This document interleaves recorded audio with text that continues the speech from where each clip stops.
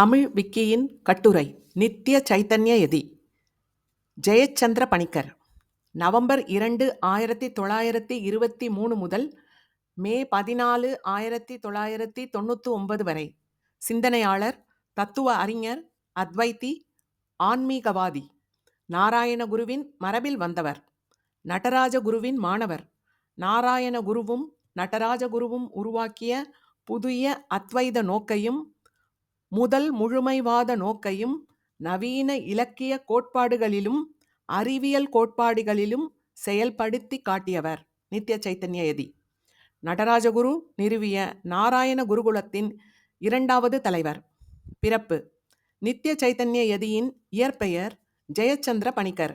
November 2, 1923 கேரளாவில் பத்தனம்திட்டா மாவட்டத்தில் கோந்தி அருகே முரீஞ்சல் என்ற ஊரில் பந்தளம் பணிக்கர்கள் என்ற ஈழவ நிலப்பிரபு குடும்பத்தில் பந்தளம் ராகவ பணிக்கர், வாமாக்ஷி அம்மா இணையருக்கு பிறந்தார். முன்னோர்: நித்ய சைத்தன்ய யதியின் தந்தை பந்தளம் ராகவ பணிக்கர் ஆசிரியராக பணியாற்றினார். பந்தளம் ராகவ பணிக்கர் கவிஞர், கட்டுரையாசிரியர் என புகழ்பெற்றிருந்தார். தாய்வழி தாத்தா பாலி மொழியில் அறிஞர். பௌத்த மதம் சார்ந்த பல செப்பேடுகள் அவரது குடும்பத்தில் கிடைத்துள்ளன. மூலூர் பத்மநாப பணிக்கர் என்னும் புகழ்பெற்ற கவிஞர் நித்ய சைத்தன்ய யதியின் தாய்மாமா.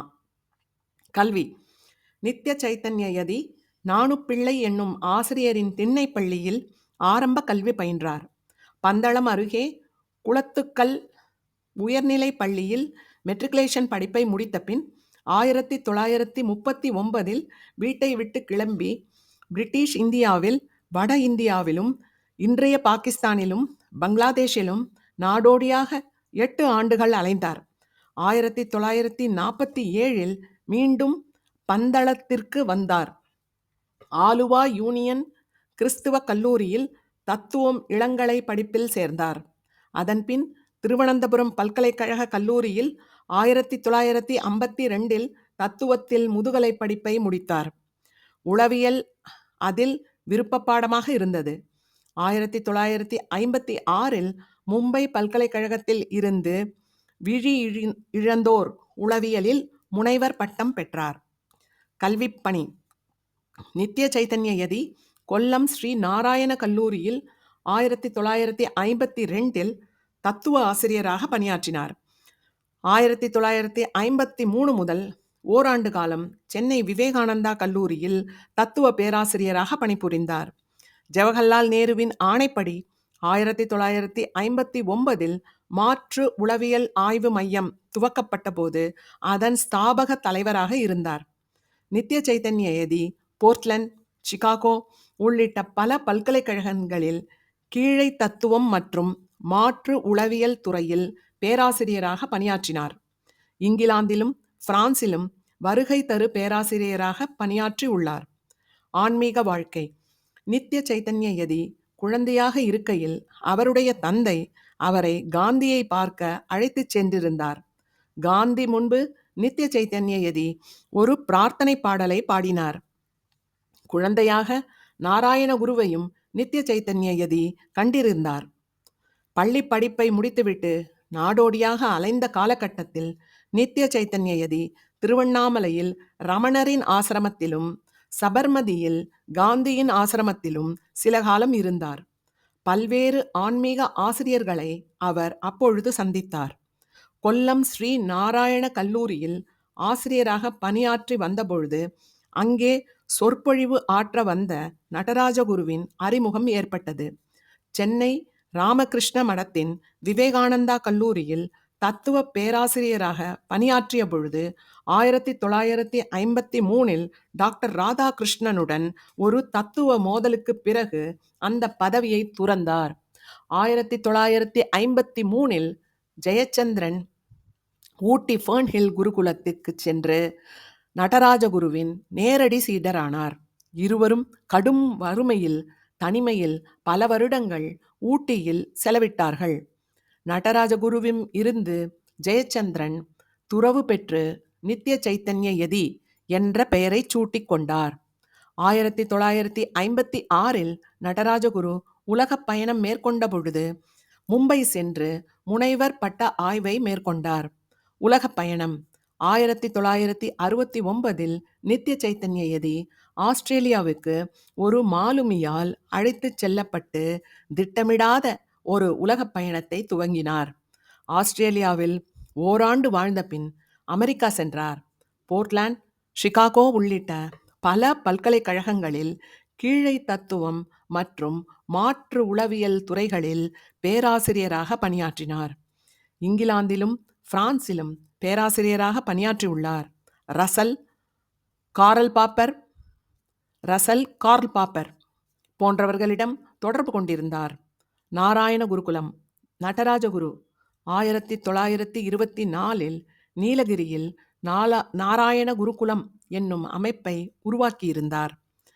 1936இல் ஊட்டி ஃபர்ன் ஹில் என்னுமிடத்தில் அன்பளிப்பாக கிடைத்த தேயிலை தோட்டத்தில் சிறிய குடில் ஒன்றை கட்டி நாராயண குருகுலம் அமைப்பை மீண்டும் தொடங்கினார். அவ்வமைப்பின் தலைமையகம் பின்னர் கேரளத்தில் வர்க்கலா நாராயண குரு தொடங்கிய ஸ்ரீ நாராயண தர்ம பரிபாலன சபா தலைமையகம் அருகே அமைந்தது. 1970இல் நடராஜகுரு தனக்கு பின் அமைப்பின் தலைவராக நித்ய சைத்தன்ய யதி பணியாற்ற வேண்டும் என்று ஆணையிட்டார்.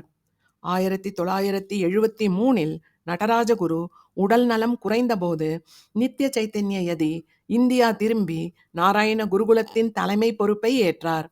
நித்ய சைத்தன்ய யதி பின்னர் பெரும்பாலும் ஊட்டி ஃபர்ன் ஹில் குருகுலத்தில் தங்கியிருந்தார். நாராயண குருகுலம் நித்ய சைத்தன்ய யதியின் காலகட்டத்தில் பெரிதாக வளர்ந்தது.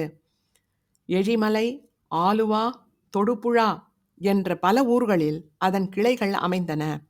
நடராஜகுருவின் ஆணைப்படி தலைமை பொறுப்பில் 3வது இடத்தில் இருந்த முனி நாராயண பிரசாத் நித்ய சைத்தன்ய யதி மறைவுக்கு பின் நாராயண குருகுலத்தின் தலைமை பொறுப்பில் இருக்கிறார்.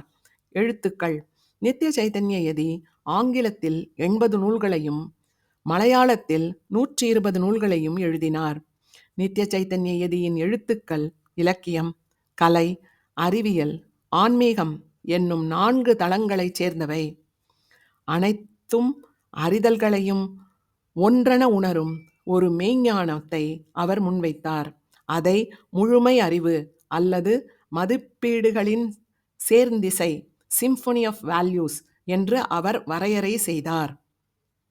அனைத்து அறிதல்களையும் ஒன்றென உணரும் ஒரு மெய்ஞானத்தை அவர் முன்வைத்தார்.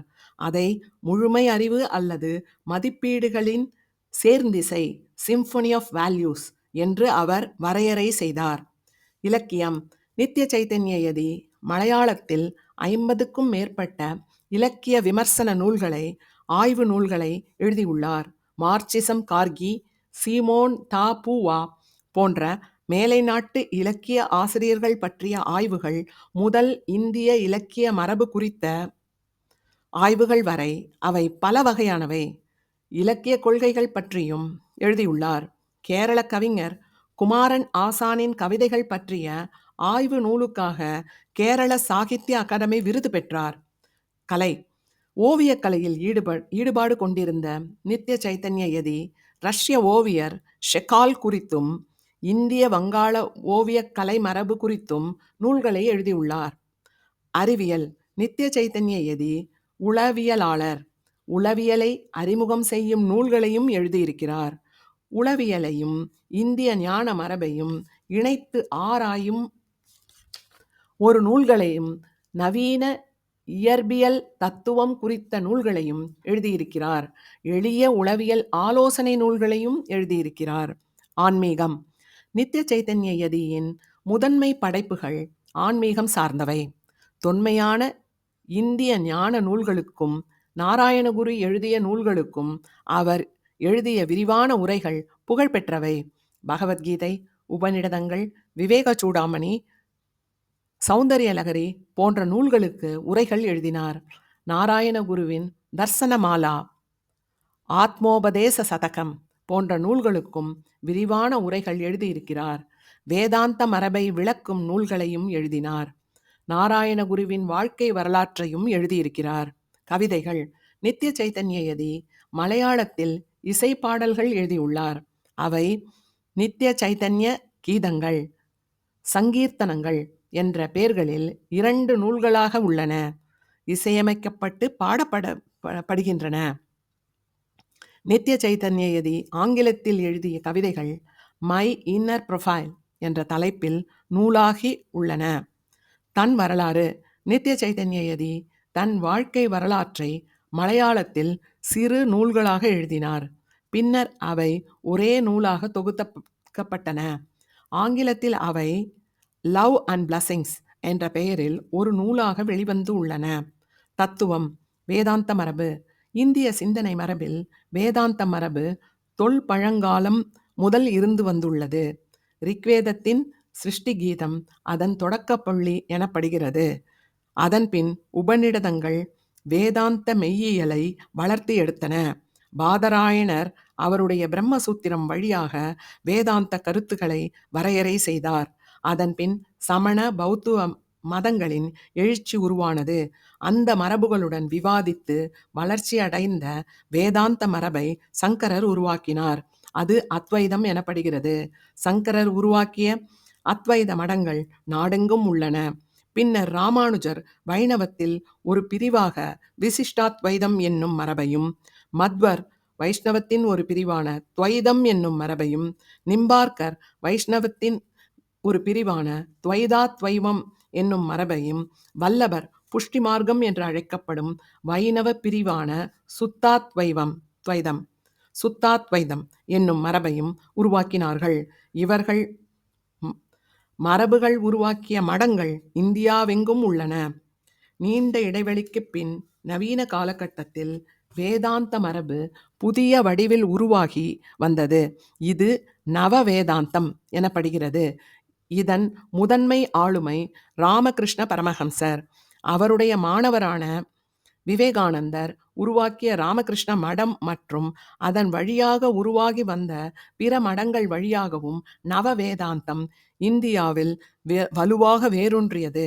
சிவானந்தர் மடம், சின்மயானந்தர் மடம், தயானந்தர் மடம் போன்றவை அந்த வரிசையில் வரும் அமைப்புகள். மேலும் பல நவ வேதாந்திகள் இந்தியாவில் உருவாகினர். நாராயணகுரு அவர்களில் ஒருவர். நாராயணகுருவின் நவ வேதாந்த தரிசனத்தை ஐரோப்பிய சிந்தனைகளுடன் இணைத்து வளர்த்தெடுத்தவர்கள் அவருடைய மாணவர்களான நடராஜகுருவின் மாணவரான நித்ய சைதன்ய யதி. நாராயணகுருவின் தரிசனம். நாராயணகுருவின் வேதாந்த பார்வை சங்கரரின் அத்வைத தரிசனத்தின் நவீன வடிவம். ஆனால் ஒரு சிறு வேறுபாடு நாராயணகுருவால் முன்வைக்கப்பட்டது. அத்வைதம் தூய பிரம்மவாதம். பிரம்மம் எனப்படும் அருவமான அறிய முடியாத ஒன்றே உண்மையில் உள்ளது.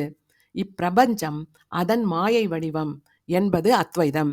நாராயணகுரு இந்த பிரபஞ்சம் மாயை என்பதை ஏற்றுக்கொண்டாலும் கூட மாயை என்பது வெறும் தோற்ற மயக்கம் அல்ல, அது இன்னொரு வகையான யதார்த்தம் என்று கூறினார். சங்கரர் கயிற்றரவு என்னும் உவமையை முன்வைத்து பிரம்மவாதத்தை விளக்கினார். கயிற்றை பாம்பென நினைத்து அஞ்சுபவன் அஞ்சும் கணத்தில் கயிறு பாம்பாகவே உள்ளது. அச்சம் விலகியதும் அது கயிறென உண்மை உரு காட்டுகிறது. அதைப் போலவே மாயையில் இருப்பவன் பிரபஞ்சத்தை மெய் என நினைக்கிறான். மாயை விலகியதும் அது பிரம்மம் என்று தெளிகின்றான். இது சங்கரரின் உவமை. நாராயணகுரு அதற்கு பதிலாக மலரும் மாலையும் என்னும் உவமையை முன்வைத்தார். மலர்களை பார்க்கையில் மாலை தெரிவதில்லை. மாலையை பார்க்கையில் மலர்கள் தெரிந்தாலும் அவை ஒன்றாக ஆகி மாலையாக தெரிகின்றன. அதன் வழியாக இந்த உலகம் பொய் அல்ல, இங்குள்ள துயர்கள் வெறும் தோற்றங்கள் அல்ல என நாராயணகுரு சொன்னார். இந்த பார்வை காரணமாகவே அவர் சமூக சீர்திருத்த பணிகளிலும் கல்வி பணிகளிலும் ஈடுபட்டார். நாராயணகுருவின் பார்வை ஒரு குறிப்பிட்ட மதம், குறிப்பிட்ட வழிபாட்டு முறை ஆகியவற்றை சார்ந்தது அல்ல. எல்லா மத கொள்கைகளையும் தத்துவங்களையும் இணைத்து ஒருமை பார்வையை உண்டு பண்ணிக்கொள்ள அவர் முயன்றார். அதை தத்துவ சமன்வயம் என்று அழைத்தார். நடராஜகுருவின் பார்வை. நாராயணகுருவின் தத்துவ பார்வையை முதல் முழுமைவாதம் அப்சல்யூட்டிசம் என வரையறை செய்யும் நடராஜகுரு மிக விரிவாக அப்பார்வையை மேலை நாட்டு அறிஞர்களின் தத்துவங்களுடன் ஒப்பிட்டு விளக்கினார். இந்திய மெய்ஞான நூல்களான கீதை, சௌந்தர்யலகரி ஆகியவற்றுடன் இணைத்து விளக்கினார். நாராயணகுருவின் நூல்களுக்கும் தொன்மையான மெய்ஞான நூல்களுக்கும் விரிவான விளக்க உரைகளை நடராஜகுரு எழுதினார். அறிவியல் அறிஞரான நடராஜகுரு நவீன அறிவியலையும் தத்துவ ஆய்வுக்கு துணை கொண்டார். நித்திய சைத்தன்ய யதியின் பார்வை. நாராயணகுருவும் நடராஜகுருவும் உருவாக்கிய புதிய அத்வைத நோக்கையும் முதல் முழுமைவாத நோக்கையும் நவீன கலை இலக்கிய கோட்பாடுகளிலும் அறிவியல் கோட்பாடுகளிலும் செயல்படுத்தி காட்டியவர் நித்திய சைத்தன்ய யதி. நித்திய சைத்தன்ய யதி நடராஜகுரு முன்வைத்த முதல் முழுமைவாத பார்வையை பயில்வதற்கான ஒரு வழிமுறையை உருவாக்கினார். அதை மதிப்பீடுகள் சேர்ந்திசை, சிம்பனி ஆஃப் வேல்யூஸ் என்று அழைத்தார். கலை இலக்கியங்கள், அறிவியல், தத்துவம், மெய்யியல், தியானம் அனைத்தையும் ஒன்றென ஆக்கி அறியும் முழுமை அறிவு பயில்வதற்கான வழிமுறைகளை உருவாக்கினார். கலை இலக்கியங்கள், அறிவியல், தத்துவம், மெய்யியல், தியானம் அனைத்தையும் ஒன்றென ஆக்கி அறியும் முழுமை அறிவு பயில்வதற்கான வழிமுறைகளை உருவாக்கினார். உண்மை என்பது நாம் அறியும் அழகு, முழுமை, நடைமுறை பயன் என எல்லா வகையிலும் தன்னை காட்டுவது என்றார். அதுவே சத்தியம், சிவம், சுந்தரம் என்னும் சொல்லாட்சியாக உள்ளது. ஆகவே ஒன்றை இன்னொன்றை கொண்டு கற்பது, மதிப்பிடுவதுமே உகந்த வழி. ஒவ்வொன்றிலும் நாம் காணும் மறுக்க முடியாமை ஒன்று உண்டு, அதுவே பிரம்மம் என்பது நித்திய சைத்தன்ய யதியின் வரி. அறிவியக்கம். நித்திய சைத்தன்ய யதி கலை இலக்கியங்களில் ஆர்வம் கொண்டவர். கவிதை, ஓவியம், இசை மூன்றிலும் அவரது ஆர்வம் பயிற்சியையும் விரிவானது.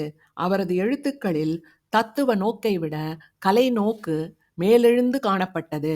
இந்திய சிந்தனை, இந்திய மரபில் ஆழ்ந்த ஞானமும் அதே அளவில் மேற்கத்திய சிந்தனை, கலை இலக்கிய மரபில் தேர்ச்சியும் கொண்டிருந்தார்.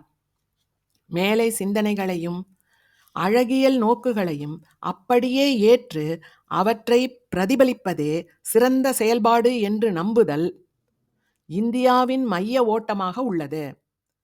இதற்கு எதிராக ஞானங்கள் அனைத்திலுமே மரபில் உள்ளன என்றும் மரபை பயின்று செயல்படுத்தலே போதும் என்று நம்புதல் இன்னொரு தரப்பாக உள்ளது.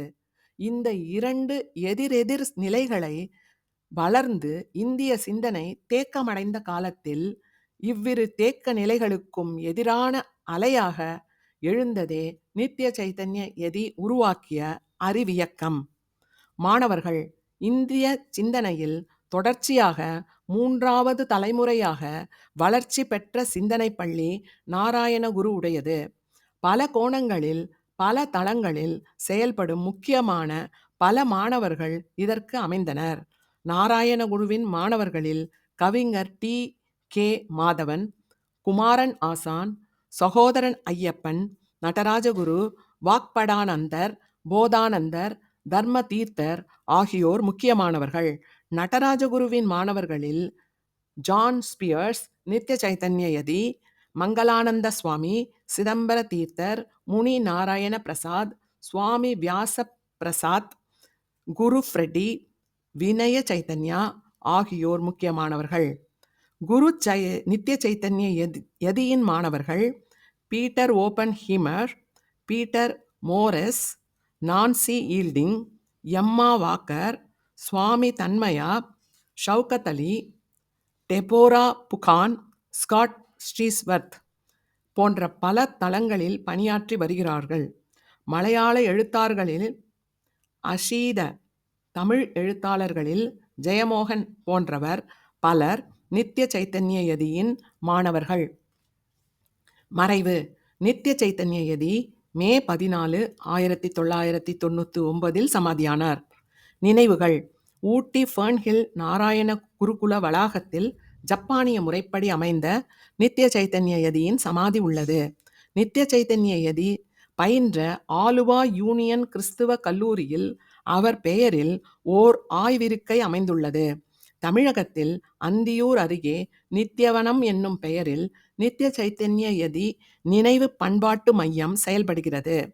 நித்ய சைத்தன்ய யதி நினைவாக கேரளத்தில் காயங்குளம் அருகில் ஒரு குரு நித்ய சைத்தன்ய யதி சட்டக்கல்லூரி செயல்படுகிறது. வரலாற்று இடம் நித்ய சைத்தன்ய யதியின் அணுகுமுறை சமநிலை கொண்ட நடுப்பாதை. கண்மூடித்தனமாக மேலை சார்பு, மரபு எதிர்ப்பு ஆகியவற்றுக்கு அவர் எந்த அளவு எதிரானவரோ அதே அளவு மரபு வழிபாடு, மதவாத அரசியல் ஆகியவற்றுக்கும் எதிரானவர். ஆனால் நாராயணகுருவின் மரபை ஒட்டியவர் என்பதால் ஒருபொழுதும் எதிர்மறை கருத்துக்களை சொல்லி விவாதங்களில் ஈடுபடும் இயல்பு அவரிடம் இல்லை. விதிவிலக்காக இந்திய அரசியலில் மதவாதம் தலையெடுத்த பொழுது ஒரு சிறு பிரசுரமளவு எதிராக எழுதியுள்ளார். ஆக்கப்பூர்வமான படைப்புகளை தொடர்ந்து முன்வைப்பதே அவரது வழிமுறையாகும். 100 வருடம் முன்பு மனித சமத்துவம் மற்றும் முழுமையான ஆன்மீக விடுதலையின் குரலாக நாராயணகுருவின் தத்துவம் எழுந்தது. பின்பு உலக சிந்தனையை நோக்கி முழுமைவாதத்தை முன்வைப்பதற்காக அது நடராஜகுருவால் விரிவாக்கம் செய்யப்பட்டது. நித்ய சைத்தன்ய யதியின் காலத்தில் இந்திய மரபை சார்ந்து உலக சிந்தனையை எதிர்கொள்வதற்கான காய்தல் உவத்தல் அற்ற நோக்கு நிலையாக அது வளர்ச்சி பெற்றது என ஜெயமோகன் மதிப்பிட்டார். நூல்கள் பட்டியல். ஆங்கிலம் a Bhagavad Gita, a sublime hymn of yoga composed of ancient seer Vyasa. Brihadaranyaka Upanishad with original text in Roman transliteration. Saundarya Lagari of Sankaracharya, a translation and commentary on the Ananda Lagari. Living the Science of Harmonious Union, Patanjali Yoga Sastra, that alone the core of wisdom, 2003, a contemporary of Atma Upadesa Satakam, the 100 verses of self-instruction of Narayana Guru. Love and Blessings, the autobiography of Guru Nitya Chaitanya Yati. Neither this nor that, but Om, 100 meditation based on Narayana Guru's Atma Upadesa Satakam. Meditations on the Way, a contemplative and personalized study of the Tao Te Ching. Tao Te Ching, Meditations on the Self in the Stream of Consciousness and Intelligence, Man's Guide to the Hindu Religion, Marxism and Humanist Monarchy. Sri Narayana Guru, a brief biographical sketch, Love and Devotion, Psychology of Darsanamala. தமிழில் ஈசோவாஸ்ய உபநிடதம், அனுபவங்களை அறிதல், குருவும் சீடனும், யதி தத்துவத்தில் கணிதல், சின்னஞ்சிறு ஞானங்கள், அறிவு ஞானத்தின் ஆய்வியல், உண்மை சார்ந்த உரையாடல், இந்து மதம் ஒரு விவேகிக்கான வழிகாட்டி. கட்டுரை நிறைவு.